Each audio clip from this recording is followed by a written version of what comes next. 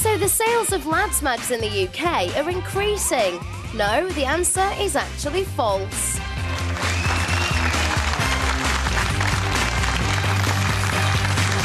That's right, Zoo, Nuts Loaded, they all saw their sales fall by over 20% last year, and analysts reckon it could be older readers defecting to more highbrow mags like Penthouse, and younger readers getting their titillation from the internet, which I think is relevant. You're watching The Right Stuff with Mel Gedroich. Mel, you with us? Sorry, I was reading about its chapter 2. Yes, I bet you were, We've got Sanjeev Bhaskar here as well, and our special guest is Tracy Cox, and she's going to have the rest of today's headlines for you in about 10 minutes or so. But first, what do they think, and what do you think of a new Home Office report that calls for lads' mags to be banished to the top shelf? Right Stuff at 5.tv is the address for your thoughts if your hands aren't busy doing other things. Magazines, these magazines, Front, Zoo, Nuts, they offer soft porn at pocket money prices, while the images they contain twist the way youngsters see themselves and the opposite sex. That's not me speaking, that's what the experts who compiled this report concluded. And they want to see age restrictions imposed on lads' mags, effectively banning anyone under 16 or 18, they don't know which yet, from buying them. They'd also like to see the whole lot moved to the top shelf alongside your traditional soft porn titles. But I'll say again, I mean, what's the point when so much porn is available online, when naked women can be found pouting from the pages of the red tops? Newsagents are already supposed to keep lads' mags out of the line of sight of children, away from comics, that kind of thing. So, does the government need to get tougher, Mel?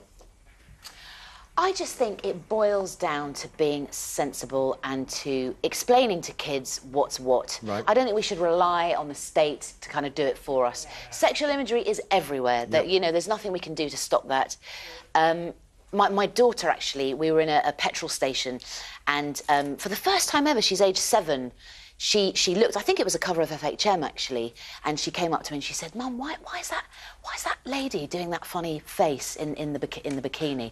And what kind of face was she doing, Mel? It was a sort of, you know...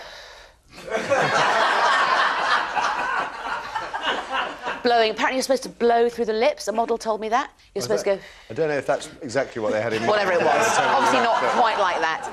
But, you know, I just had to explain. You know, it's about taking the time to explain to them. Some people do that. It's not what you have to do. When you walk into a newsagent, though, I mean, do you worry about what your kids are going to see at eye level, or...? I'm more worried about the chocolate that they see as they go to the blooming, you know, cash tills. They go through Chocolate Valley every time. You know, That sounds really not appropriate, by the way. Tracy's got a chapter on that in the book. But, you know, do we have to put everything above children's height? I mean, come on. You know, it's about being sensible and just explaining to them. OK. Sanjeev, what about you? Do you get... Well, my gut reaction is that, yeah, it should be removed, actually. I don't think there's... I mean, the problem is that you mentioned the internet. The internet is at home, it's within closed doors, and, you know, kids shouldn't be able to access it. I also mentioned tabloid papers, and is there that much difference between the images in Zoo, OK, and what you would find coming out of the Daily Sport? Well, I'm disappointed that in daily papers that you still get that sort of thing. Yeah. Anyway, it hasn't moved women on. Well, I'm with you on that score. But also, you've got a magazine full of it. It's not just one image or two images that are then kind of diluted by a whole load of other stuff. So's the Daily Sport. I mean, it really is. I mean, you'd be a very strange person if you relied on the Daily Sport for world affairs. Well, affairs, perhaps, yes, but not world affairs or current affairs. But also, I think, I don't think that, as a society, we should be kind of like justifying that these images happen by sticking them in shops where old people, young kids and families go in. Because I think probably we're seeing from the same hymn sheet, essentially, because my view would be, what I really would like to see is the end of page 3. OK, but as long as we've got page 3, it seems unfair to me, Tracy, I don't know what you think, to make these magazines a different case from the tabloids, because I think it's effectively the same. I think it's effectively the same. And also, as you said, it's the internet. I mean, I agree that, you don't want your kids walking in and that, the first thing they see is Zoo magazine with a girl with big breasts on the cover. But you can go on the internet. I mean, they are constantly on the internet. And I do agree, though, that we are sexualising our children. And the really worrying thing is that, like, teenage boys are growing up and they are using porn as sex education. They think that is the norm. And then they're wondering why girls don't want to do all the things that all the, the girls on porn do. So anything which actually...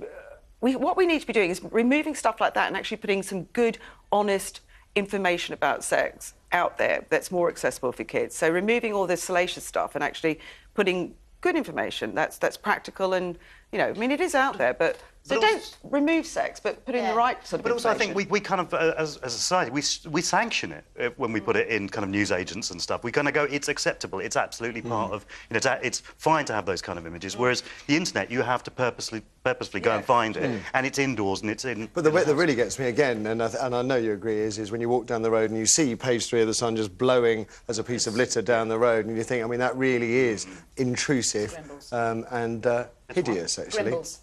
It's Grimbles. No. Sorry. Did I say that out loud? Yes, you did. I didn't mean to. It's Grimbles. I agree. OK, the question, though, is whether you would like to see Lads Mags move to the top shelf. Writestuff at 5.tv is the address if you fancy pinging over an email with your thoughts. Now, before we talk about babies, love and cheating, let's have some emails on Lads Mags. Sure, and the first one I have is from Kate, and she's put, I don't even want them in my face when shopping, never mind my 9-year-old sister. It's pretty disgusting and sad that children grow up to think that this is what guys like. But it is what guys like. Thanks for that, Kirsty. And then I've got another one from James. What about teen girls' mags? They're full of topless men and positions of the week. Yes. Yeah. But they're not showing their personal bits, are they? No. Personal bits. That's a nice... That's like And then, Grimbles, isn't it? They're not showing their Grimbles. And then finally, I have a very funny one from Claire. I could hear my 5-year-old son laughing in the toilet whilst reading his dad's motorbike magazine.